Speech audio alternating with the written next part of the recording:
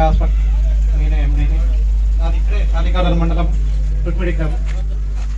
వెంకమ్మకి మేము అన్ని రకాలుగా 1.5 month ట్రీట్మెంట్ చేసిన.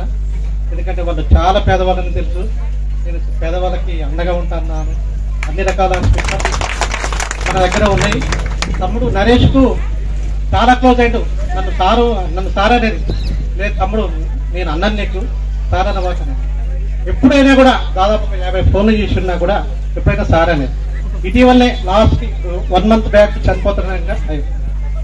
నేనే ఫోన్ చేసిన, తమ్ముడు నీకు ఆపరేషన్ ఉంది కదా నువ్వు రా అని గుర్తు చేసిన.